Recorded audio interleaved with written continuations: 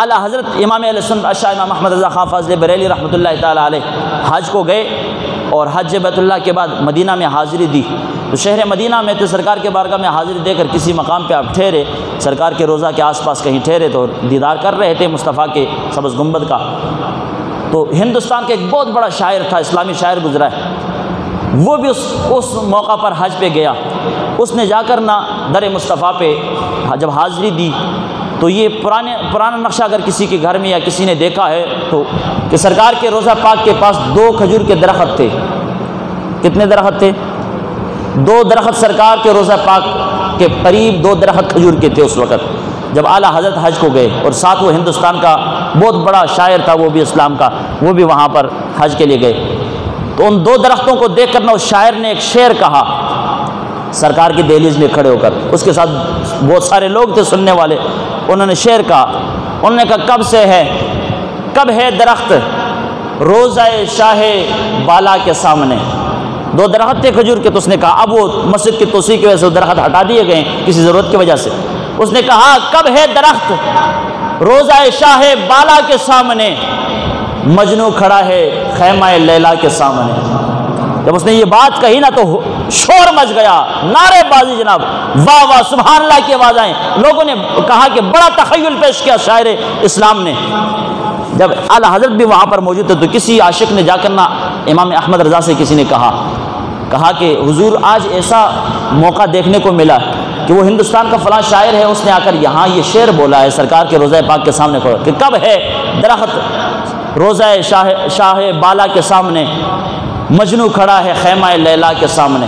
تو آپ نہ غصے میں آ گئے، کہا کون ہے بدبخت، اس کو بلا کے لاؤ میرے سامنے. لوگوں نے تو بڑا تخیل کہا تھا کہ بڑا تخیل شاعر نے پیش کیا ہے، بڑا عجیب و غریب شعر بولا. تو بڑے واہ ملی تھی، وہاں داد ملی تھی ان کو. اعلیٰ حضرت نے جب یہ شعر سنا نا تو فرمایا اس بدبخت کو میرے پاس بلایا جائے. لوگ گئے، قاصد بھیجا، آپ نے اس شاعر کو بلا کر آپ کے بارگاہ میں لایا گیا. اب دیکھیں دربار مصطفیٰ کا ادب دیکھیں. یہ کسی عاشق سے پوچھیں کہ دربار مصطفیٰ کا ادب کیا ہے. یہ اعلیٰ حضرت ہی امت کو سمجھا سکتے ہیں کہ عشق مصطفیٰ کتنا عروج پر ہونا چاہیے. اعلیٰ حضرت کے پاس جب اس شاعر کو بلایا گیا تو اس نے کہا، اعلیٰ حضرت نے فرمایا بھائی تو نے کیا بولا وہاں پہ؟ اس نے کہا وہ تو سمجھا تھا کہ لوگوں نے واہ کی ہے سبحان اللہ کے ساتھ داد مجھے ملی ہے تو یہاں سے بھی بڑی داد مل جائے گی.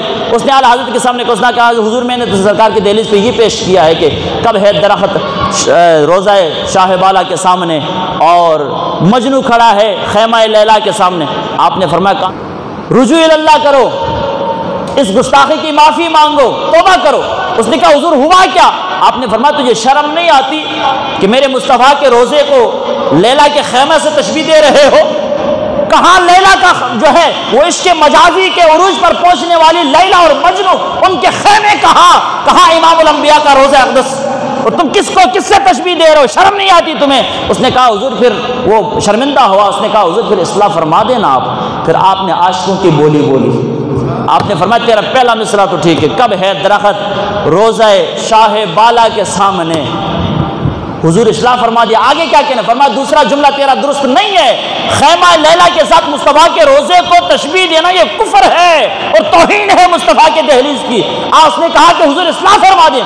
آپ نے فرمایا سن لے پھر اصلاح اگر چاہتے ہو. فرمایا کہ کب ہے درخت روضہ شاہ بالا کے سامنے، قدسی کھڑے ہیں عرش معلا کے سامنے. قدسی کھڑے ہیں عرش معلا کے سامنے. اسی لیے پھر ہم کہیں گے کہ ہم سوئے حشر چلیں گے شاہ ابرار کے ساتھ. ہم سوئے حشر چلیں گے شاہ ابرار کے ساتھ اور قافلہ ہوگا رواں قافلہ سالار کے ساتھ. اور یہ تو طیبہ کی محبت کا اثر ہے، ورنہ کون روتا ہے لپٹ کر در و دیوار کے ساتھ. محمد۔ اعلی حضرت نے فرمایا شرم آنی چاہیے کہ کہاں خیمہ لیلا اور کہاں مصطفیٰ کا روزہ، کہاں خیمہ لیلا اور کہاں مصطفیٰ کی دہلیز۔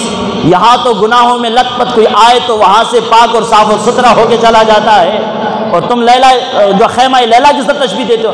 آپ نے فرمایا کب ہے درخت روضہ شاہ بالا کے سامنے، قدسی کھڑے ہیں عرش معلیٰ کے سامنے۔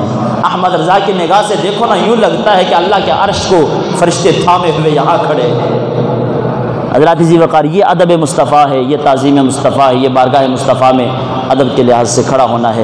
اللہ وحدہ لا شریک کے بارگاہ میں التجا ہے کہ مالک ارض و سما ہم سب کو عمل پیرا ہونے کی توفیق عطا فرمائے، نبی پاک صلی اللہ علیہ وسلم کی سچی محبت ہمیں نصیب فرمائے، اور حضور کے در اقدس کا ہمیں ہر لمحہ ادب و احترام ملحوظ خاطر رکھنے کی توفیق عطا فرمائے۔ وَلَوْ أَنَّهُمْ إِذ ظَّلَمُوا أَنفُسَهُمْ جَاءُوا فَاسْتَغْفَرُوا اللَّهَ وَاسْتَغْفَرَ لَهُمُ الرَّسُولُ لَوَجَدُوا اللَّهَ تَوَّابًا رَحِيمًا۔ فرمایا محبوب، اگر امت اپنے جانا تو ظلم کرے نہ، گناہ کر کے، غفلت دے شکار ہو کے، سستی کر کے، تکاہلی کر کے، فرمایا جاؤ کر توڑے بارگاہ آ جائے، آگے تو پھر اللہ کو خود بھی معافی مانگے تو نبی بھی سفارش کرے تو میں خدا وعدہ کرنا کہ ضرور توبہ بھی قبول فرما دیں گا تو مہربانی بھی فرما دیں گا۔ اور سرکار دو عالم نور مجسم شفیع معظم صلی اللہ علیہ وسلم نے خود یہی ارشاد فرمایا، آپ فرماتے ہیں من زارت قبری وجبت لہو شفاعتی، جنہیں میرے قبر دی زیارت کی تھی نام محمد دی شفاعت دے واسطے واجب ہو چکی ہے۔ اللہ وحدہ لا شریک عمل دی توفیق عطا فرمائے۔ وآخر دعوانا ان الحمد للہ رب العالمین۔